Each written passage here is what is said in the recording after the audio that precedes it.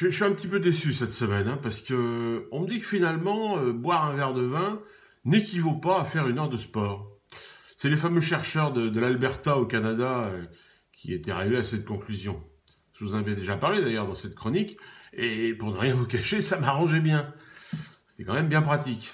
Un verre de Saint-Émilion ou de Pommard, et hop, on peut rendre son abonnement au club de sport du quartier. Mais moi j'étais pour, mais il paraît que non. Non. Il y a d'autres chercheurs qui se sont penchés sur l'étude et ils en ont conclu que c'était une vaste fumisterie.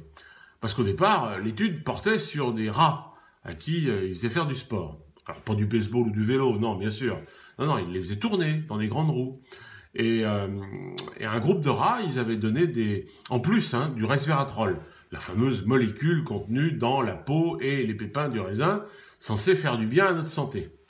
Et ils ont constaté, les chercheurs, que les rats qui avaient pris du resveratrol étaient encore en meilleure forme que ceux qui ne faisaient que tourner dans leur cage. C'est ça le truc. Ouais, c'est qu'il faut quand même tourner dans une cage pour être bien.